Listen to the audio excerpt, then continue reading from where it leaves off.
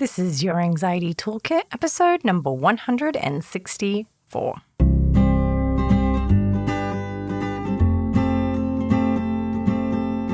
Welcome to Your Anxiety Toolkit. I'm your host, Kimberly Quinlan. This podcast is fueled by three main goals. The first goal is to provide you with some extra tools to help you manage your anxiety. Second goal, to inspire you. Anxiety doesn't get to decide how you live your life. And number three, and I leave the best for last, is to provide you with one big, fat virtual hug. Because experiencing anxiety ain't easy. If that sounds good to you, let's go.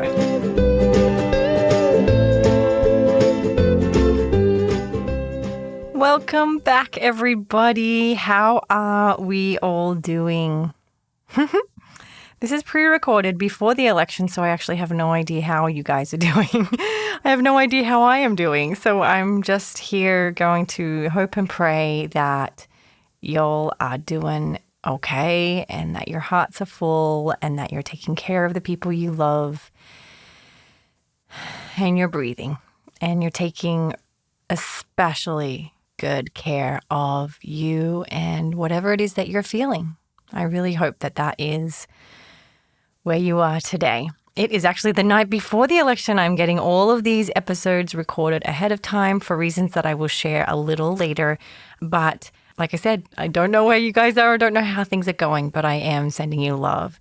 In this week's episode, we actually have one of my favorite people in the whole wide world coming on to have a conversation that we have been meaning to have for a very long time. We kept postponing for like almost a year and a half.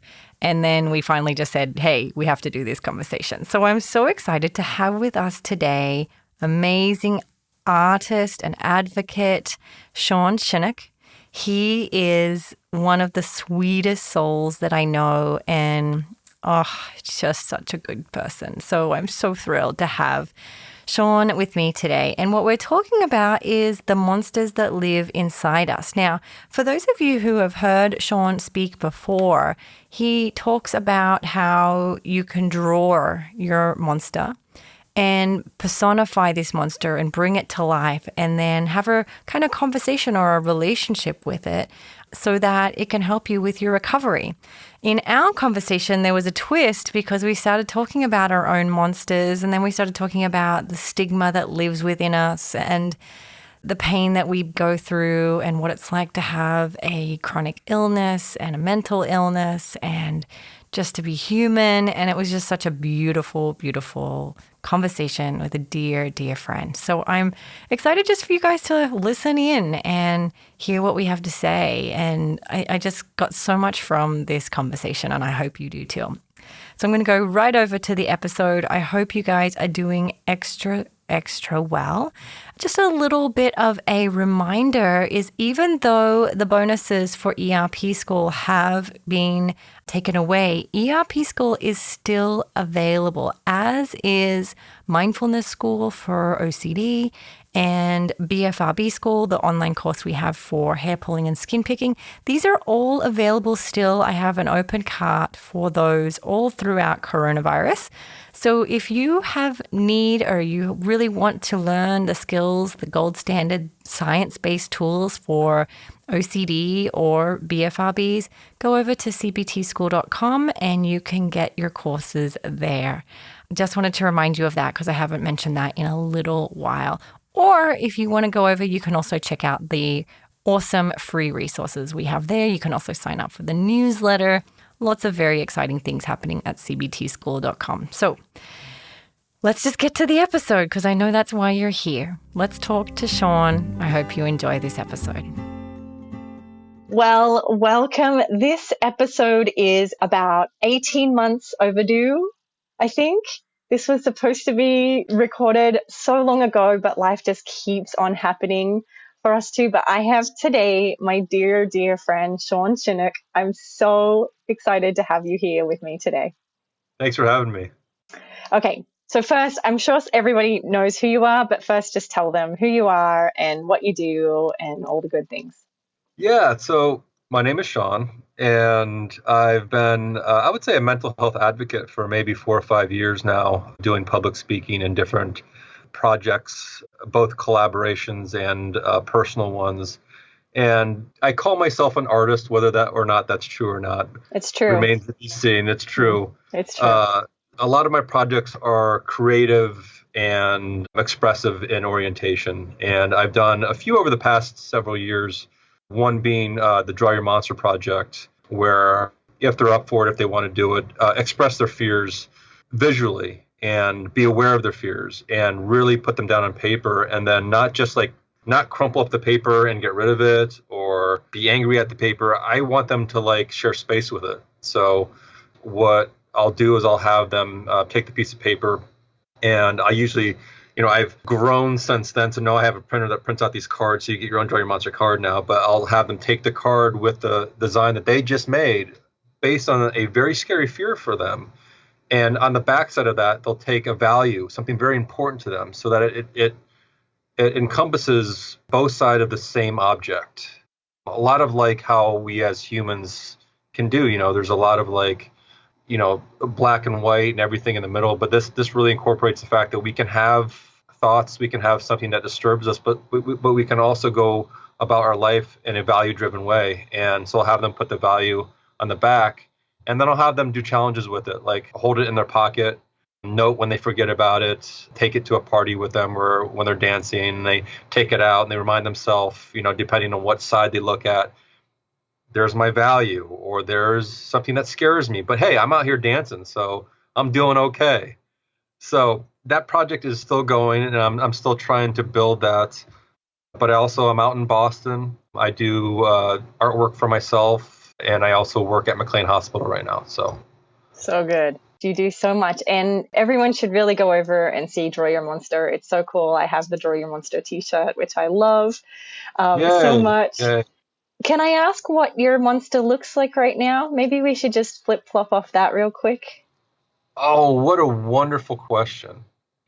I want everybody to picture kind of a big, lumpy, gooey mess at the bottom of a room. And I want it to be kind of charred a little bit, spiky, how you bite into a piece of bread and you're expecting it to be dry and the texture is supposed to be what you think about it, but when you bite into it, it's soggy. Think about that. And my monster kind of looks like that with some charredness. So it's kind of burnt. It's burnt out a little bit, and it's been through some things. It still has the ability to harm and to cause damage, but it's been beaten up pretty well. And it so wants to just encapsulate everything that it sees. So think of I don't know, maybe this dates me, but there was the Blob. Remember the movie The Blob, where it would come in and it would absorb and decimate everything that was in its path. And this thing would probably do the same thing with some scorched edges, where it would just encapsulate you and kind of suffocate you in a way. So that right now, that's what mine would look like. And if I had a piece of paper right now, I'd draw it for you. But maybe we'll do that later. Would you? We can put it in the show notes. If you would like to do that, I would definitely follow up. I'll draw that monster and I'll let people see it. I'd love that. Yeah. Mine is like a turned upside down octopus, and there's all these limbs coming from every angle, and it wants to wrap itself around me. It's not quite wrapped around me, but I feel this impending, that it's going to wrap itself around me. What's the color? Purple. It's got a purple color, kind of a purple hue almost? Yes. Is it bright and vivid, or is it dull? It's kind of witchy kind of purple, it's got some magicalness to it. Magicalness, there's a word that maybe you've not yet read in the dictionary. Hey, we're making up our own words today, okay? For this hour, all words table. It's purple, and it's got some spells in it, and it's tricky, and it's dark and scary. Do one last thing for me. Sure. Describe its eye or eyes. Okay, so it's weird because it doesn't have eyes. That's perfect. That's a wonderfully amazing answer. It's like I said, its mind is in the ground. So I don't know if that makes sense, but that's where I'm at. This is actually very therapeutic, Sean. Is it almost like, so its mind is in the ground, and so I'm going to guess, I'm assuming that it may be blind, just at least the one sense. The sight is blind. But it's sensing everything. Is it grabbing everything like kind of chaotically? Is it grasping at things, no, or is it just it's haunting? It's like it's hovering over things. Oh, cool. This is great. This is where we went. So now I have to draw. Actually, here's a challenge for you. Okay. Can you do that for me? I will. I'll sit down right after the session. I'll send you out a monster card, and you'll have to do challenges with your card. Okay. But if you draw me your monster card, or if you would like, we can do it together. What I've also been doing is I've been helping people build their monster. Yes. So if people have been getting a little like sometimes hung up on like, oh, I'm not a good artist, or I don't want to draw, I can't draw the way that I want to draw. Right. So what I've been doing is helping people. So if you want to build that either on your own or with me, let's do that. I'll make mine, and maybe we can jump on Instagram or something and do it together. I'd love that. I think that's a good idea. I think we should. So now what I'm really interested is, let's go to the questions we had, because I wasn't expecting to do that with you, but I'm so happy we did. Yeah. For me, I think you and I have always wanted to do an episode about internal shame, right? We've been talking about it for months. So much keeps changing, right? So when that happened was March of last year. Right after that, I got terribly ill. Yes. And you and I were so pumped. We're going to do this whole episode on shame. And then you've had your own journey, and so much has changed for you and me. So maybe if you want to share where you're at and what that monster, is telling you, and what your message is about where you're at. Well, I think where I'm at, to go along with the monster that I described, would probably be some sort of a feeling of being burned out. Yeah. Feeling like I've put a lot of energy in. And again, the feeling, not necessarily representing reality, but the feeling that I haven't gotten much back, or I haven't made much progress forward. So I particularly have a lot of shame that is associated with what my intrusive thoughts have been telling me for many, many years. I have a lot of shame of how I feel as an advocate recently, in terms of what my expectations were and the way that I haven't felt like I've been able to like rise to those expectations. And a lot of that has been based on the way that I felt over the past couple of years. So for the most part, the OCD part of me has been in check. Like I have my hangups. I need to keep that in check. But really, and I know that you can relate, a lot of the issues that I've been having has been a lot of physical, neurological stuff. I was diagnosed with Lyme disease, and what followed has been a lot of depression.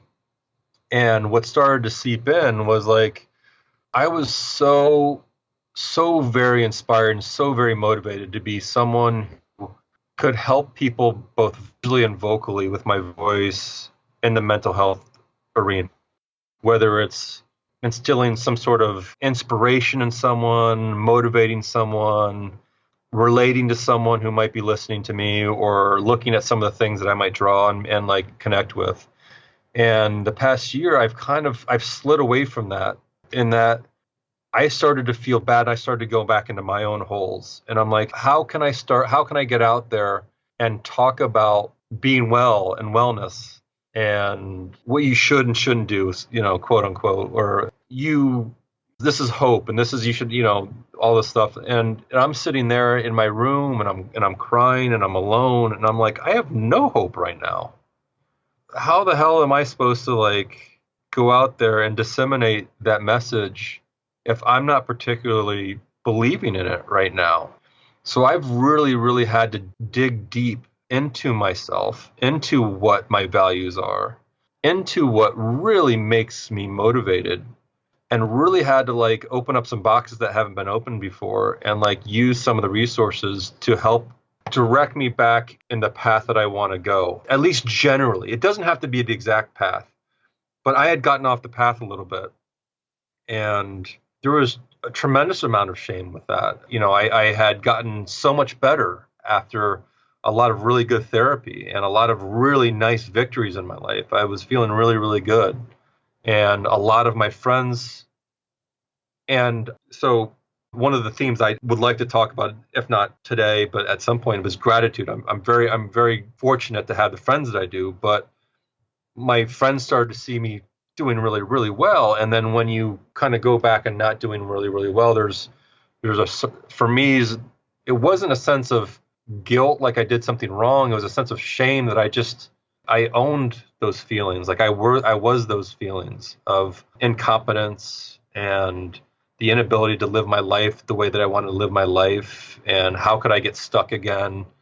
And all these things. And again, to differentiate between, for me, guilt and shame, I didn't feel like I was doing anything wrong. I just felt like I was the wrong. And it's been very difficult at times to get over, but thank goodness for community. I've been very lucky with community and people pulling me up when I couldn't pull myself up. I've been very lucky with people motivating me, helping me to get back on the right path, even if it's for a week or a day or whatever. And just the understanding or the idea or to know that people have my back is extremely, extremely motivating for me, if nothing else. If nothing else is motivating me, it feels good that someone else is kind of rowing the boat a little bit. And Right.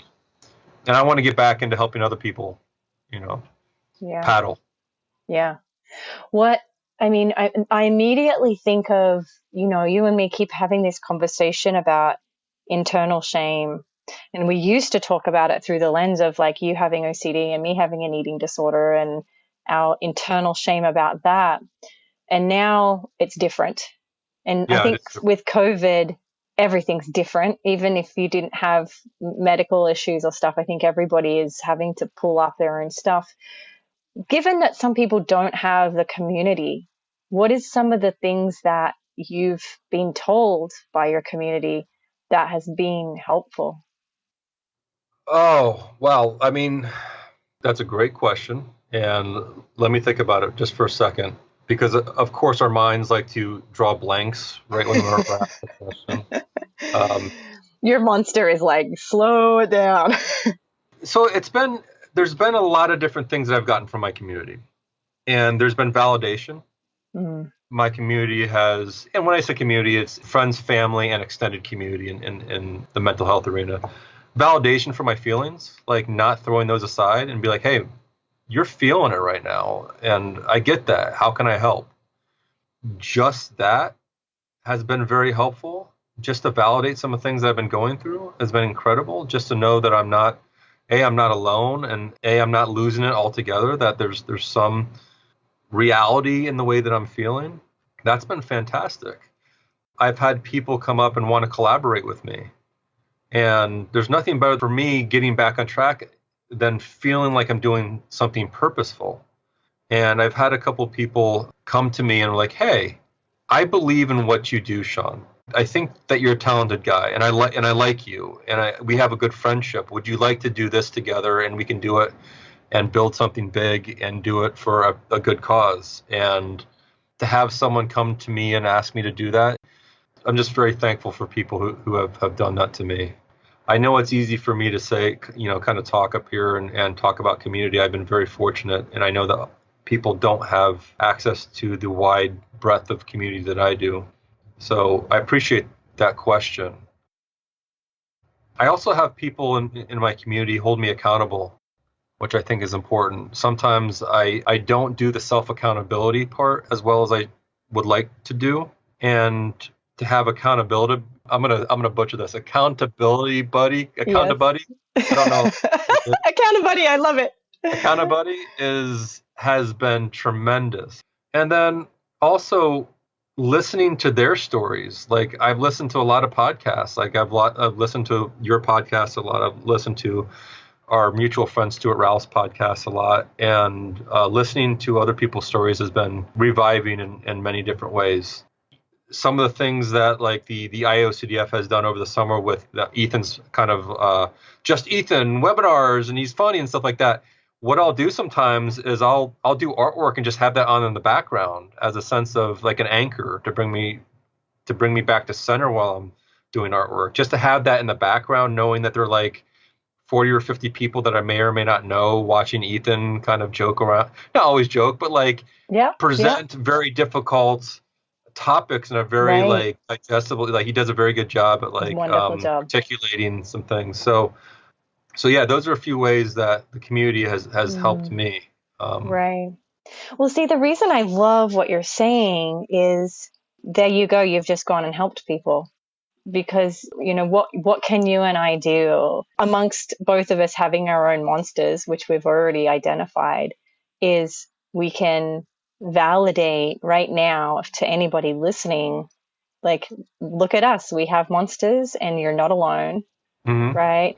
I actually feel, it's funny, I will share with you, as I was telling you my monster, I felt a little embarrassed because I was like, tell me more about that.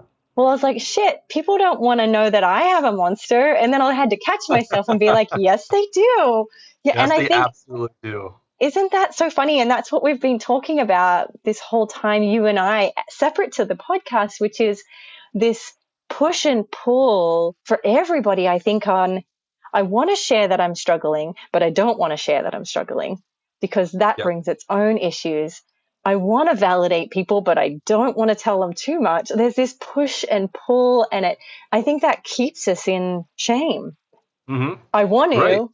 So if I don't, I'm bad. But if I do, I'm bad. It's tough. It's really tough.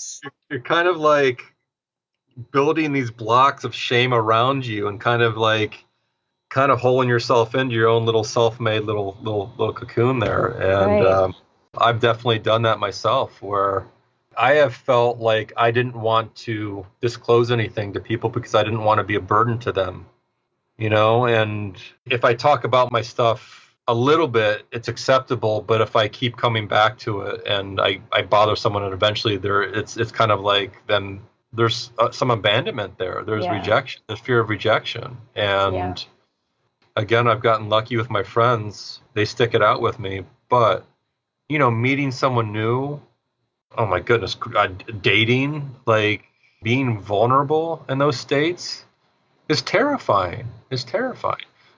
But one of my values is to be vulnerable as hard as it is, because I think that leads to connection. That's very valuable. And connection is valuable. Right. Me. I don't know if you know this research, but you're actually living it without probably even knowing it, that there's a terminology made by Brené Brown, which is called shame resilience method or shame resilience theory, I think it is. And it's basically that if you have shame, we know that shame breeds in silence. And the shame resilience is literally to go and share it, like share the thing you're scared of. And you're doing that. It's interesting that since COVID-19, I have a friend, a very dear friend. She's been on the podcast multiple times. And we have this pact now that if we have shame, that we have to call each other and just like blurt it out. Like, I'm calling you to tell you about my shame. Here I go. And you just tell them, like, here's the embarrassing thing. The embarrassing thing. Or I am really not doing well. And for some reason, for me, it's been so helpful to be, number one, honest with myself, but then honest with somebody else. Yes. Right? Yes. Yeah. And it sounds like you're doing it too. Accountability buddy. Accountability buddy. I can't say it right, whatever it may be. We're just going to say accountability. Accountability. That is someone who's helping you express yourself vocally. And what Brené Brown has said is if you're vocal about your shame, it distinguishes it, right? Right. Right. Yeah. It's when you hold on to it. Right. And I think so. You and we're doing the work right now. You're my account buddy. We're doing some work. For sure. You and I are doing work right now. Okay, so let's get down to, it's in the middle of COVID-19. You have your own mental stuff. I have my mental stuff. You have your medical stuff. I have my medical stuff. Where do you get hope from? Okay, so interesting you said that. So I've started to do a little video type project on my Instagram called Monster Sessions. And I had on a guest, I believe one of your friends, someone from LA. It's Kelly. Kelly Frankie. Yeah, Yeah. Kelly. Yeah. I love Kelly. Kelly Frankie. And so I had her on as a Monster Session guest. And for the Monster Sessions, usually I'll have a guest on. We'll talk. We'll have a conversation for maybe 45 minutes to an hour. And during that hour, we'll have a theme that we want to talk about. And I'll draw a monster as we talk on screen, so people are basically seeing my screen and like Kelly and my little face up in the right hand corner. But people are watching me draw a piece of artwork as it unfolds as we talk about our conversation.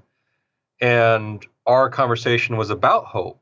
And it came from a place for me personally where I was struggling a little bit with hope. So I wanted to like really kind of like unpack where hope comes from. And she had a brilliant idea, or we both kind of like started talking about fireflies in the night and how do we find light in the darkness when you can't see. And I'm one of those people, like, I'm not sure that hope ever actually leaves. It's just you have a different lens on at the moment, or you're not able to see, or you're in a darker part of the cavern than you usually are. It doesn't mean the light doesn't exist. And we started talking about fireflies and what fireflies meant to us. And we started talking about fireflies in the air, and fireflies by themselves emit a certain amount of light source. That's really beautiful, right? And by themselves, there's these sparkling little night sky buggy bugs, and each one can have a name. Like each one might be my dad, or this one might be school. This firefly might be exercise. This firefly might be coffee. And alone, they give off a little bit of light, but when you capture them all together and you put them in a jar, they kind of shine the light away. So hope for me is kind of a combination of having some support and having some agency to follow through with the support that you're getting. And so we drew this monster kind of capturing fireflies in the community. So putting in basically your values in the jar and letting those light your way. And in a way to remind yourself of why you keep going forward, even though you don't know why you're going forward. It's the blind faith type thing where there's a light shining. You might not show you anywhere, but it's shining you forward, and you're able to see in the dark a little bit more. So at the time, it was really helpful to go over that with Kelly. And we picked, I I needed coffee, I needed my dad, I needed community support, I needed therapy. And one of those things by itself was helpful, but when you take them all together and you put them in a jar, that's hope right there.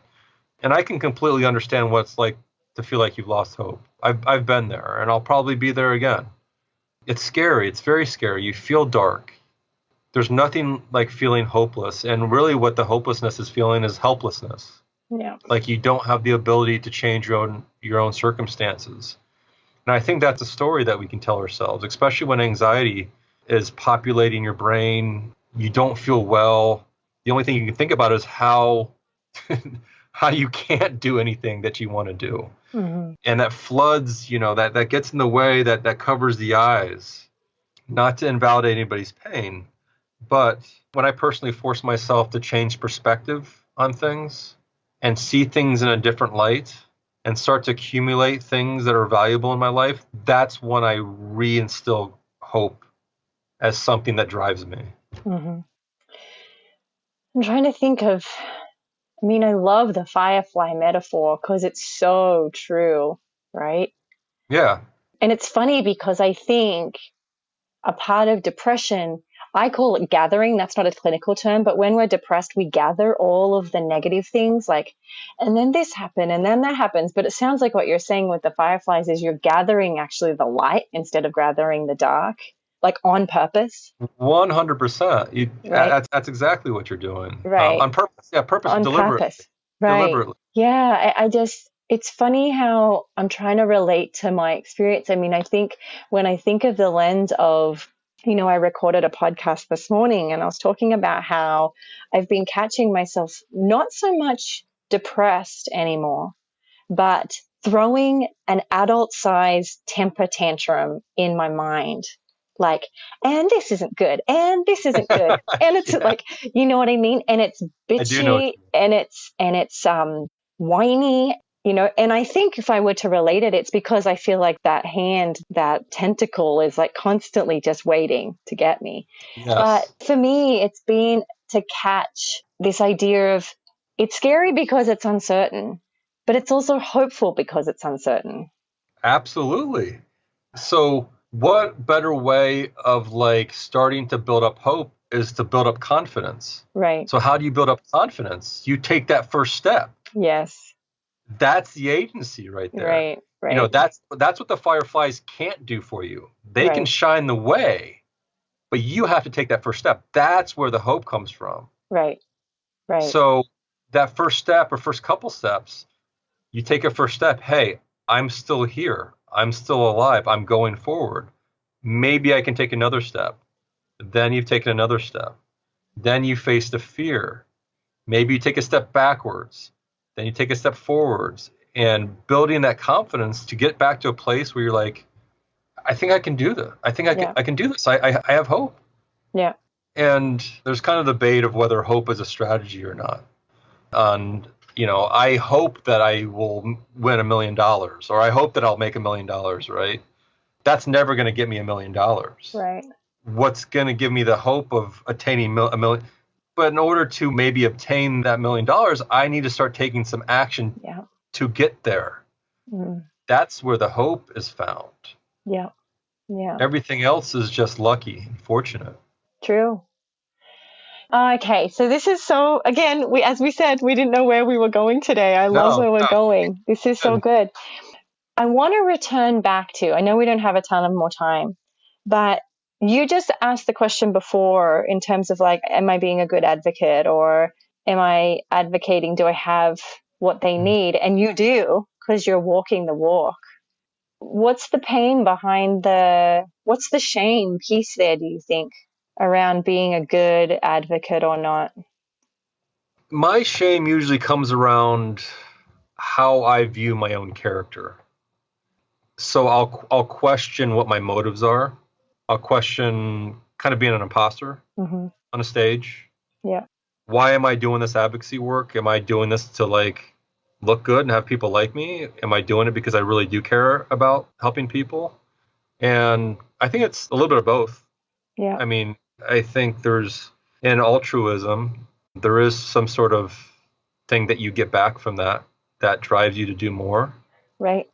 So the recent shame, and I'll go back to what I was talking about earlier, the recent shame is I haven't felt good, so how can I tell people to feel good if I'm not feeling good? And I think, and I've heard a lot of people say this, but one of the best ways to be an advocate, maybe you've said this probably, is to go out and just be you. Yeah. And to do it and to be honest. Right. Yeah. What comes up for me with that, and this is what I had to work through last year, which is I'm usually Smiley Kimberly, right? People usually know me as Smiley, like. Absolutely, And then there are times where I don't feel like being Smiley Kimberly, and then I feel like I'm fake for not. I feel like I'm fake if I do show up Smiley, and I feel like I'm fake if I don't show up. Like, you're damned if you do, and if you don't. Yes. I had the same thing too. Right. And I was very smiley growing up. I totally relate to that. Yeah. And what really resonated with me is I was once listening to this podcast, and he said, every human has all 4 seasons. Yeah. Right? That you have a summer, and you have a winter, and you have a fall, and fall is when things fall, and winter is when things go dark and dormant, and summer is when things like, get shouted out, and then spring is when things bloom, and so forth. And I have to keep reminding myself to have all 4 seasons. And but the thing that I have to remind myself is just because I'm an advocate doesn't mean I have to show all 4 seasons. No. Or I have to hide any seasons. I haven't got shame about that.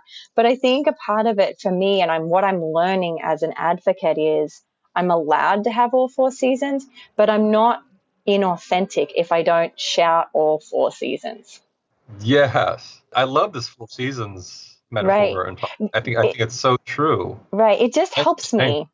It helps me because it gives me permission to have all 4. And when I was so sick last year, and thankfully I'm feeling so much better now, but I still have hard days, is when I was so sick, I think I demanded it was going to be spring.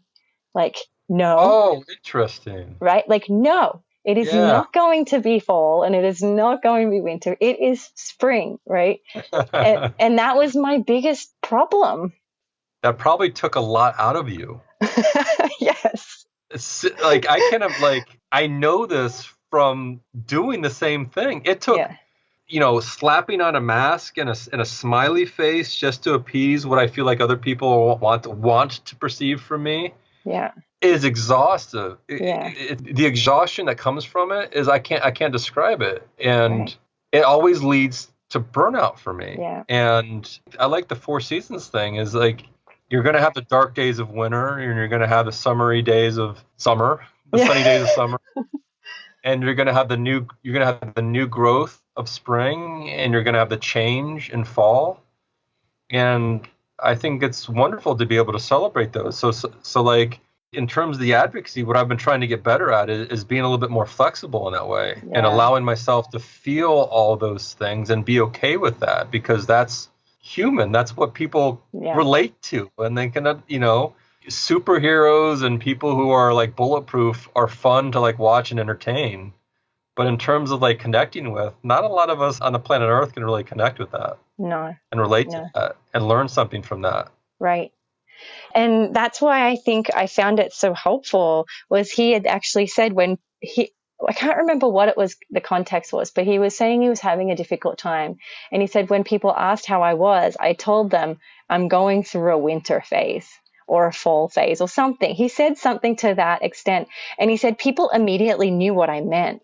Right. Interesting. And he said, he said it gave me permission to tell them, this isn't just a day, or this isn't just a mood. This is where I am, right? Yeah. It was just, there's an ownership to it. And for me, it was like, okay, so I have to accept that this is my fall or this is my winter or whatever it may be.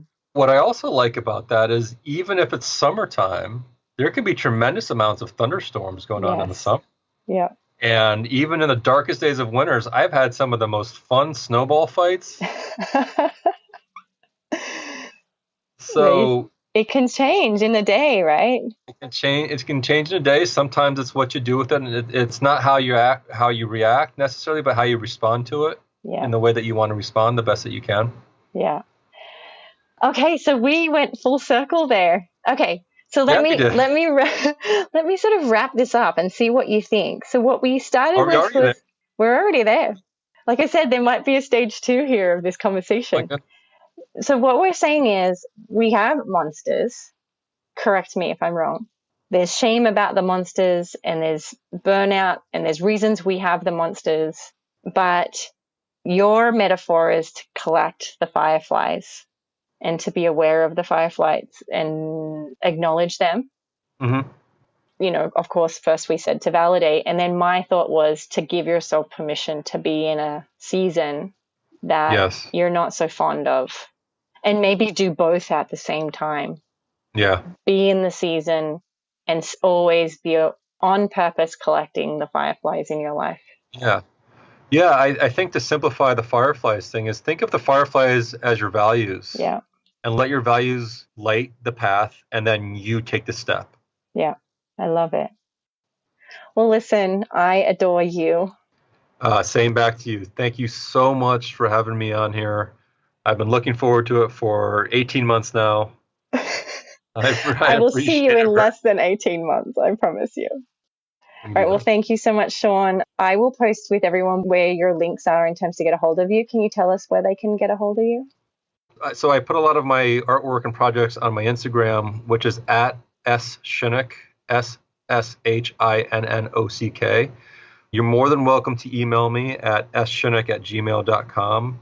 I have a online portfolio /website that is sshinnock.com, and eventually we'll be getting Draw Your Monster websites up there, and that'll be more concrete. But until then, you're more than welcome to get a hold of me by any of those means. Wonderful. Well, thank you, Sean. Thank you. Please note that this podcast or any other resources from cbtschool.com should not replace professional mental health care. If you feel you would benefit, please reach out to a provider in your area. Have a wonderful day, and thank you for supporting cbtschool.com.